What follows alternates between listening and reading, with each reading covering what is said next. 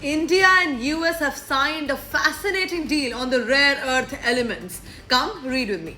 India and United States have signed a new deal to work together on rare earth elements and critical minerals. Rare earth elements are special minerals used in many modern technologies like smartphones, electric vehicles, batteries, solar panels, defense equipment like missiles and fighter jets. Even though these minerals are found in nature, processing them is very difficult and costly as well. So why is this deal important? Right now, a large part of the world depends on China for these earth minerals. If supply gets disrupted, countries can face problems in technology, production, clean energy plants, and defense manufacturing. To avoid over dependence, India and United States want to cooperate in mining, processing, recycling, and building secure supply chains for these critical minerals. And in simple words, India and US are trying to make sure future industries don't stop because of shortage of important minerals. Now, what is the background? The world is shifting from oil-based economies to technology and clean energy economies. We all know that.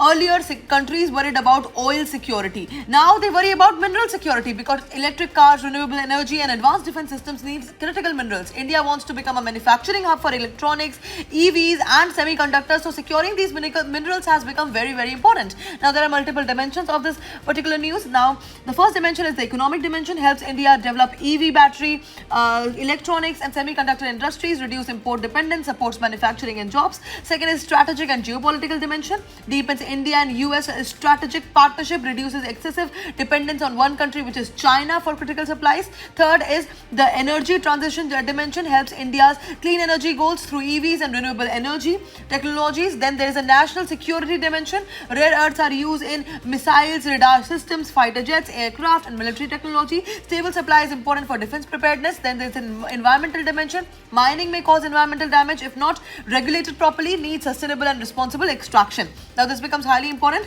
for GS Paper 2, International Relations, GS Paper 3, Economy and Security, and for essay also, this becomes highly important. And that is it for today. Thank you for watching.